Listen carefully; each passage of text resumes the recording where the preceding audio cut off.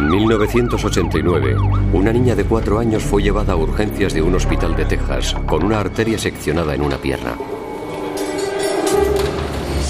La niña murió al poco tiempo de llegar. Los investigadores creían que la herida de la pierna no había sido accidental.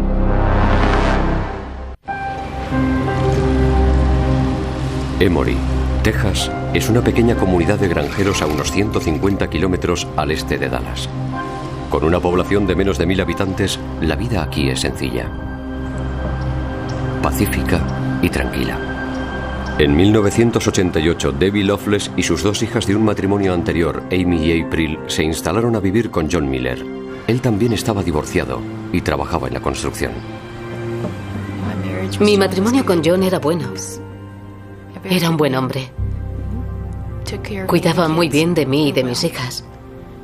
Y teníamos una vida familiar feliz. Nos divertíamos mucho juntos. Las niñas, hacíamos muchas cosas con las niñas, nunca las dejábamos en casa. Cuando íbamos a alguna parte siempre las llevábamos con nosotros y teníamos una relación familiar muy estrecha. John, Debbie y las 2 niñas se mudaron a una granja de 5 acres a escasos kilómetros de la ciudad. Había una casa, un granero, caballos y animales domésticos. Y las niñas disfrutaban de total libertad para corretear y jugar en plena naturaleza. A April, de 4 años, le encantaba vivir en la granja. Le encantaba jugar al aire libre. Le encantaba estar al aire libre y también le gustaba subirse a los árboles. Siempre la regañaba por eso. Era muy juguetona, estaba llena de vida, se metía en todo, siempre estaba corriendo, no sé si sabía andar, siempre iba corriendo a todas partes. Era muy divertida. Justo después de Navidad, el 4 de enero de 1989, la hija mayor de la pareja, Amy, se fue al colegio. April salió fuera a jugar. Debbie estaba haciendo las tareas de la casa. John estaba trabajando en un viejo edificio en un rincón de la granja. Hacia mediodía, Debbie llamó a April para que entrase a comer, pero no hubo respuesta. John corría hacia la casa llevando en brazos a April, que estaba sangrando por una grave herida en la pierna. Iba completamente desnuda. Y yo lo único que hacía era gritar. Estaba histérica. Estaba fuera de mí. La niña estaba toda azul. Pude verlo desde lejos. Fue espantoso. Su pierna derecha estaba colgando y tenía un corte muy grande hasta el hueso. Yo comprendí que se trataba de una herida muy grave y que estaba sangrando mucho, por lo que era urgente buscar ayuda para salvarla. A pesar de que John era enfermero titulado, poco pudo hacer. April había perdido demasiada sangre. El enorme corte que tenía April en la pierna le había seccionado una gran parte de la arteria femoral. Era como si toda esa parte de la pierna hubiera desaparecido. Como si se la hubieran arrancado. Los médicos hicieron todo lo que pudieron por salvarle la vida a April, pero el daño era demasiado grande. Era como si hubiera pasado por algo terrible y sufrió un segundo shock. No pudo superarlo. La niña de 4 años murió en la mesa de operaciones. John contó a la policía que había encontrado a su hija desnuda, bajo un árbol, sangrando abundantemente por la herida de la pierna. Según John, April le dijo que habían sido los perros. El sheriff ordenó una autopsia. Se sospechaba que había sido un homicidio. John Miller declaró que su hija le dijo antes de morir que la herida se la había hecho un perro. El sheriff sospechó que allí había algo raro. El periodista David Hanners cubrió la noticia para el Dallas Morning News. Se trataba de una niña muerta y tenían que investigarlo. Y yo creo que lo primero que pensaron fue que alguien la había matado. Durante la autopsia, el forense encontró largas marcas verticales y heridas de punciones en el cuerpo de April, lo cual parecía indicar que se trataba de algún tipo de abuso. Además, nada indicaba que la herida hubiera podido ser producida por un perro, puesto que la herida no tenía los bordes dentados, como suele ocurrir con mordeduras de animales. La herida era perfectamente limpia, y el patólogo llegó a la conclusión de que había sido hecha con un cuchillo. El resultado fue que April había sido asesinada. Cuando John y Debbie regresaron del funeral, se encontraron con una investigación en toda regla. Había policía por todas partes. No sé exactamente cuántos, pero aquello estaba lleno de gente, yendo de un lado a otro, por toda la casa y también por fuera. Les dije, ¿qué ocurre? ¿Qué están haciendo? Y me dijeron que estaban investigando sobre la muerte de April. Opinaban que ningún perro podía haberle hecho eso. Sentí miedo. No podía entenderlo. No podía comprender cómo podía haber alguien capaz de haberle hecho eso. La policía encontró sangre de April en una valla y en algunas hojas, pero no vieron ninguna señal clara de que pudieran haber sido los perros. En la granja había 3 perros. 2 pertenecían a la familia y el tercero era de un vecino. Ninguno de los 3 había mostrado signos de violencia anteriormente. En la casa de los Miller, los investigadores encontraron parafernalia que supuestamente vinculaba a la pareja con el ocultismo. Pensaron que tal vez el corte en la pierna de April podría tener algo que ver con algún ritual y que por eso murió o que por eso se lo hicieron. Esa fue una teoría que investigaron en profundidad.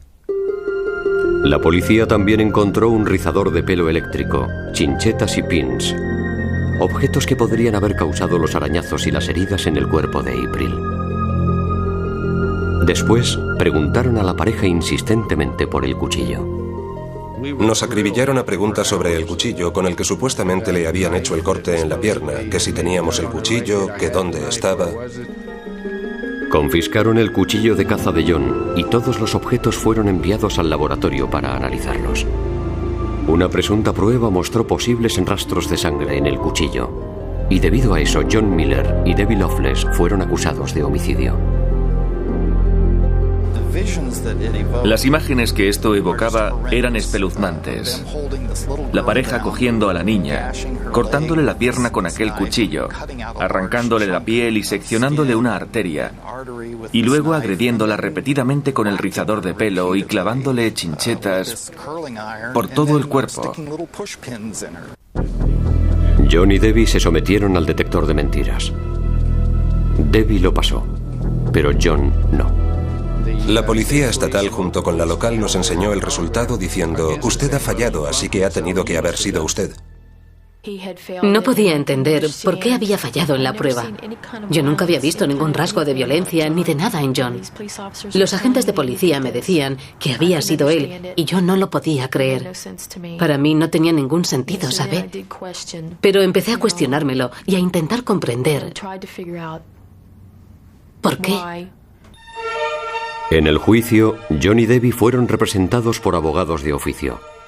Uno de los abogados no quería utilizar lo del ataque del perro como defensa.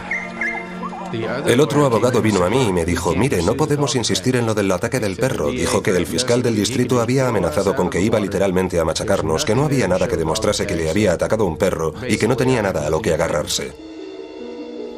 Los fiscales describieron a John como un padre enfurecido que se había enfadado con April, había perdido los nervios, había abusado de ella y la había asesinado. Debbie fue descrita como una mujer destrozada y temerosa de que su marido no pudiera hacer nada al respecto. El informe de la autopsia confirmando que April había sido asesinada y los sospechosos objetos encontrados en la casa como posible causa de las heridas fueron presentados como pruebas. Allí estábamos sentados, escuchando su versión sobre cómo creían que había tenido lugar el crimen. Era un caso horripilante. Es espantoso imaginárselos cogiendo a su pequeña hija y haciéndole una cosa así.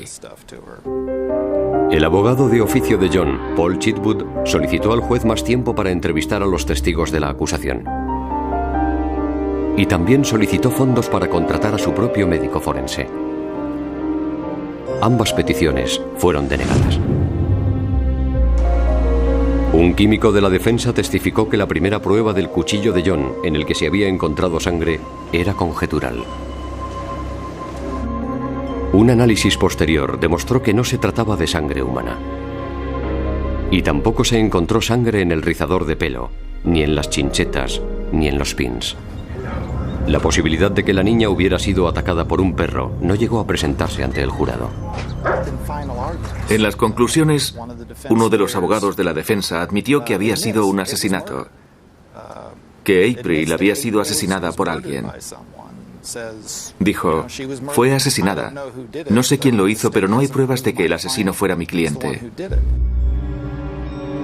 El jurado declaró a John y a Debbie culpables de asesinato y fueron condenados a cadena perpetua. La primera vez que esa puerta de acero se cerró detrás de mí, no hay ningún sonido comparable a ese. Es un sonido que te pone los pelos de punta. Sabes que la puerta nunca volverá a abrirse. Yo no podía cerrar los ojos ni ver nada, salvo cómo estaba mi hija cuando la encontramos y el aspecto que tenía cuando murió. Estuve mucho tiempo sin poder dormir.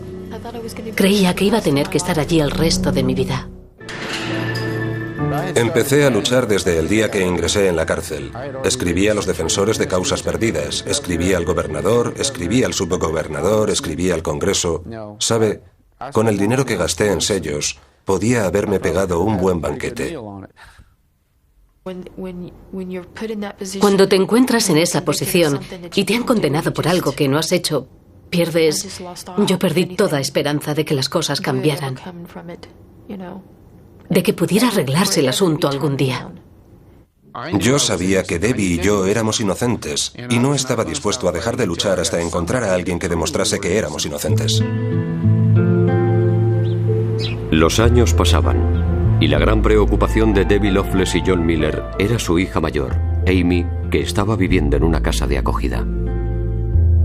La otra preocupación era encontrar la forma de demostrar su inocencia. Verá, yo no sabía que las personas inocentes podían ir a prisión y ser condenadas por algo que no habían hecho. Supongo que era una ingenua y una estúpida por pensar que eso no pasaba. Y cuando pasó me quedé... No podía creerlo. Porque yo era inocente y ellos decían que era culpable.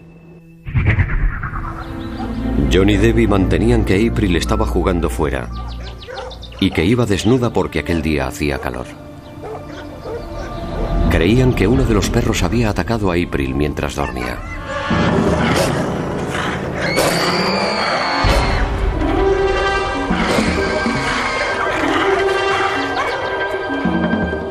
A la hora de comer, cuando se pusieron a buscar a April, vieron que los perros estaban agitados.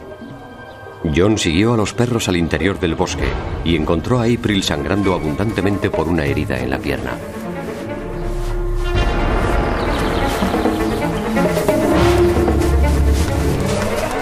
John declaró que April le había dicho que habían sido los perros antes de que perdiera el conocimiento. Pero el forense que realizó la autopsia dictaminó que se trataba de un homicidio. El abogado defensor Robert Ardis fue designado para presentar la apelación. Robert Ardis es uno de esos abogados que te devuelve la fe en la justicia. Tiene un buen corazón. Nunca deja de indagar hasta que llega a donde quiere llegar. Buscando pruebas en el juzgado, Ardis encontró cientos de fotografías de las heridas de April. La mayor parte eran fotos de la autopsia que habían sido presentadas al jurado durante el juicio.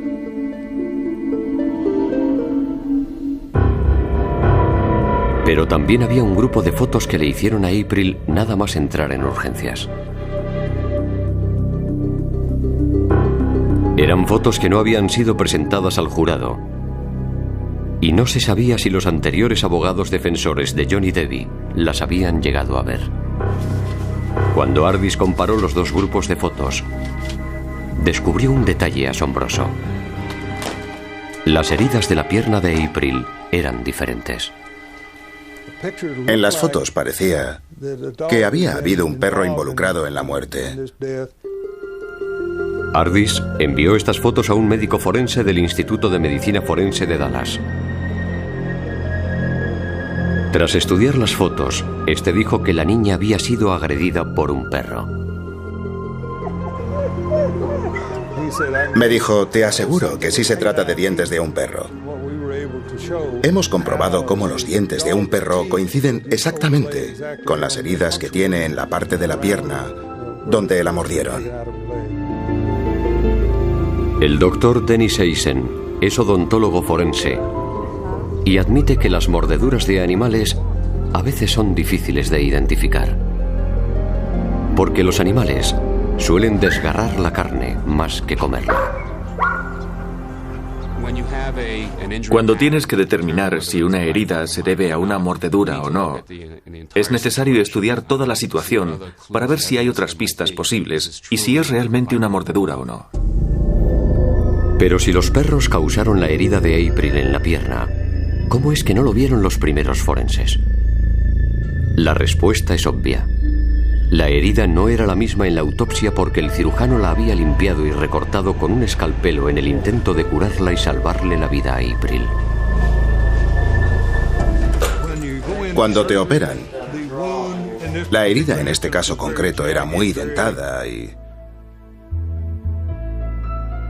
desigual. Y el cirujano limpia la herida y recorta los bordes con un escalpelo hasta dar con tejido sano. El nuevo equipo de forenses observó que muchas de las marcas en la espalda de April formaban 4 líneas paralelas, que sin duda correspondían a las 4 uñas de la pata de un perro. Aquí se ve la marca de una pata. Aquí se ve otra. Tengo entendido que mientras la persona está viva, esas marcas de la pata de un animal no se ven. Pero cuando la niña está boca arriba en el quirófano y muere en la mesa de operaciones, la sangre se acumula en esos sitios, por lo que se puede ver claramente que eran marcas de una pata. Por fin había esperanzas para un nuevo juicio. Tras haber pasado 5 años en la cárcel por el asesinato de su hija April, John Miller y Debbie Loveless por fin habían conseguido pruebas que demostrarían su versión: que uno de los perros había agredido y matado a April.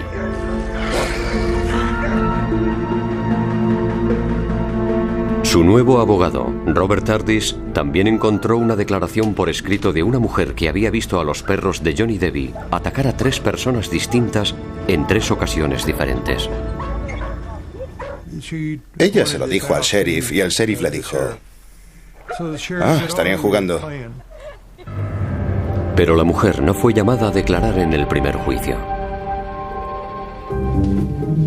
Con la prueba en su mano, Ardis solicitó un nuevo juicio basándose en que John Miller y Debbie Loveless no habían sido representados adecuadamente en el primer juicio. Curiosamente, el primer abogado defensor de John Miller lo admitió. Bueno, estaba muy disgustado. A nadie le gusta que le digan oficialmente que ha hecho un mal trabajo, pero básicamente su ineficacia en la defensa viene a decir eso. Aunque Paul Chitwood ya había fallecido, declaró en favor de John y Debbie en una primera vista, recordando al tribunal que él había solicitado y se le había negado el acceso a los testigos de la acusación antes del juicio, y que también se le negó la petición de contratar a un forense independiente para analizar las pruebas. Siempre habían dicho que ellos no eran culpables del crimen del que se les acusaba. La oficina del fiscal no hizo comentarios sobre la acusación de que algunas fotografías del caso habían sido ocultadas a la defensa en el primer juicio. En 1993, un juez sobreseyó el caso contra John Miller y Debbie Loveless sobre la base de las abrumadoras pruebas a favor de la pareja. Después de 5 largos años, al fin fueron puestos en libertad. La investigación que hizo la policía fue muy deficiente. No aceptaron la teoría de los perros, no lo estudiaron a fondo. No me lo podía creer. Me daba como miedo porque llevaba casi 5 años allí metida. Ni siquiera sé cómo explicarlo. No creo que haya palabras. Felicidad por volver a casa y porque iba a ver a Amy. El estrés y las tensiones sufridas en la prisión les pasó factura. Cuando fueron puestos en libertad, John y Debbie se separaron. Había perdido 5 años de estar con mi hijo, con Amy y con Debbie. Ya no estaban. Debbie se había ido porque había encontrado otro hombre en su intento de buscar ayuda. Se había ido. Así que cuando salí de la cárcel, mi vida ya estaba destrozada. Una mala investigación unida a malos científicos. Fue realmente espantoso. Es algo que podría ocurrirnos a cualquiera de nosotros. Pensar en la injusticia de todo lo que nos habían hecho. Cómo nos habían crucificado por un crimen que no habíamos cometido. Y después, simplemente, no comprendo por qué lo hicieron.